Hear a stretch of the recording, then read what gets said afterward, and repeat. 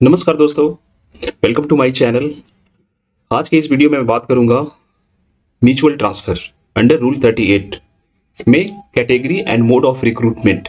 इसका क्या एक्चुअली में रूल्स है, क्योंकि मैं कमेंट्स में देखा हूं और आए दिन हमारे पोस्ट ऑफिस के पोस्टल डिपार्टमेंट के एम्प्लॉय, हमारे कलीग्स लोग ये पूछते रहते हैं कि mode of recruitment and category का क्या सीन है, मीन्स ये किस लेवल में आपका हो सकता है। आज हमारे डिपार्टमेंट में पोस्टल डिपार्टमेंट में म्यूचुअल ट्रांसफर और रूल 38 अंडर रूल 38 ये एक बहुत ही इंपॉर्टेंट सब्जेक्ट बन चुका है, क्योंकि आज एम्प्लॉयज को एक सर्किल से दूसरे सर्किल और विद इन द सर्किल और एक डिवीजन से दूसरे डिवीजन सभी को ट्रांसफर चाहिए। सभी को अपने कन्वीनियंट प्लेस या होम डिवीजन, होम सर्किल को जाना होता है। तो ये बहुत ही इंपॉर्टेंट टॉपिक आज बन चुका है और इसमें पोस्ट ऑफिस के एम्प्लॉय, पोस्टल डिपार्टमेंट के एम्प्लॉय को बहुत ही डाउट्स है।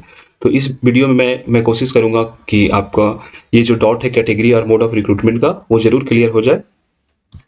तो चलिए मैं वीडियो को शुरू करता हूं और प्लीज़ आप अगर वीडियो पहली बार इस चैनल पे आए तो जरूर इसे सब्सक्राइब करें। वीडियो पसंद आए, इन्फॉर्मेटिव लगे तो आप अपने पोस्टल एम्प्लॉय दोस्तों के साथ जरूर शेयर करें। देखिए, instruction for transfer under provision of rule 38 of postal manual volume 4। ये जो रूल 38 का जो नियम है, रूल्स है, ये पोस्टल मैनुअल वॉल्यूम 4 के अंदर आता है। इसमें बेसिकली मैं बात करूंगा category and mode of recruitment के बारे में। तो देखिए, जनरल कंडीशन में क्या है, ये बात तो आप सभी को पता होगा कि an official shall not be transfer from one unit to another either within the same circle और another circle either unless he has completed 1 year.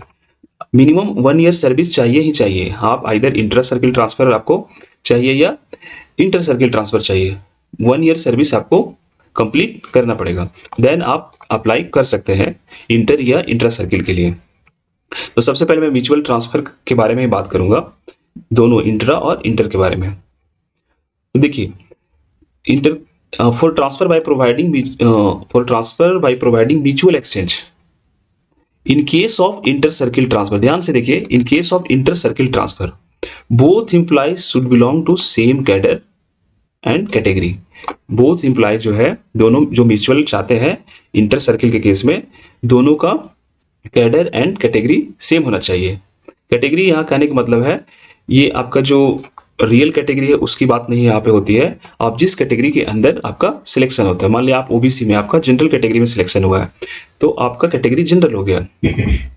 And mode of recruitment further in order to safeguard the rights of employ.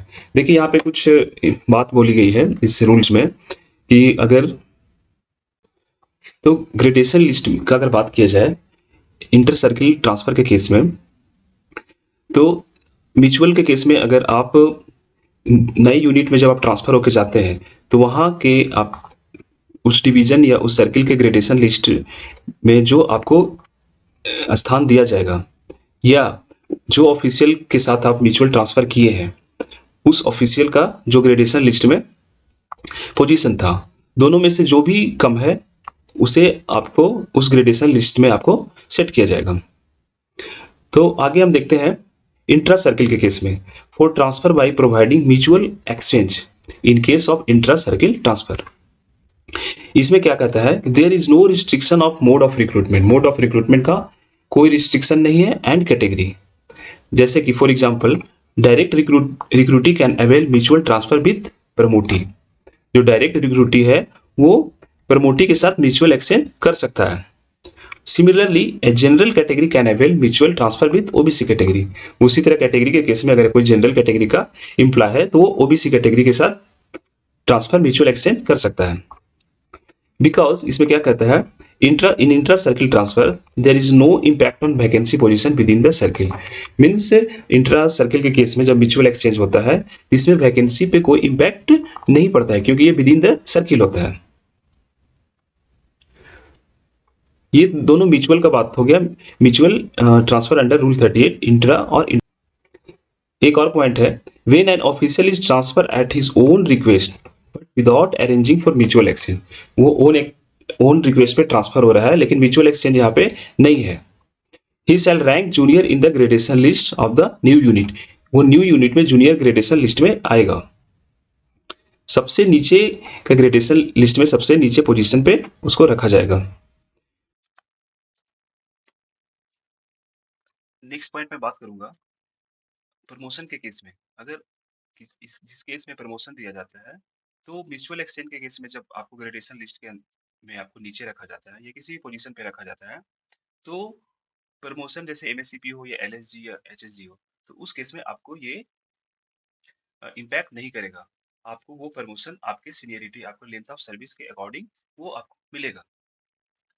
और 7 number में क्या है, under rule 38 inter circle and intra circle transfer from one district cadre to another.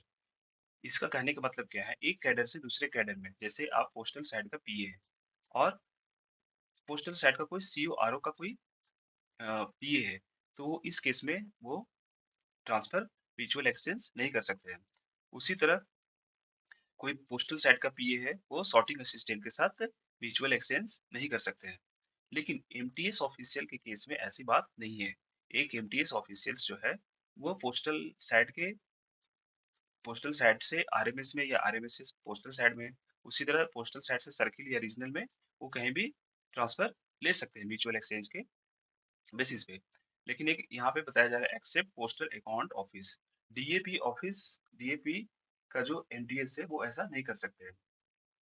तो ये तो बात हुई mutual exchange का जो कैडर के बारे में है, डिस्ट्रिक्ट कैडर के बारे में।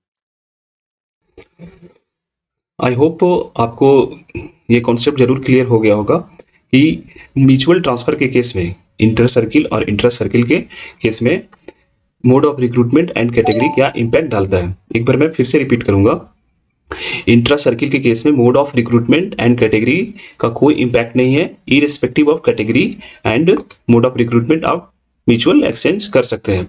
लेकिन इंटर सर्किल के केस में आपको mode of recruitment and category दोनों सेम होना चाहिए। और ये हमारा जो पोर्टल सीईपीटी के द्वारा बनाया गया है, वो पोर्टल ऐसा बनाया गया है कि आप अगर अप्लाई भी करते हैं इंटर सर्किल के केस में और अगर आपका डिफरेंट कैटेगरी या मोड ऑफ रिक्रूटमेंट है, तो पोर्टल खुद ही एक्सेप्ट नहीं करेगा, आपको आगे फर्दर प्रोसेस नहीं करने देगा।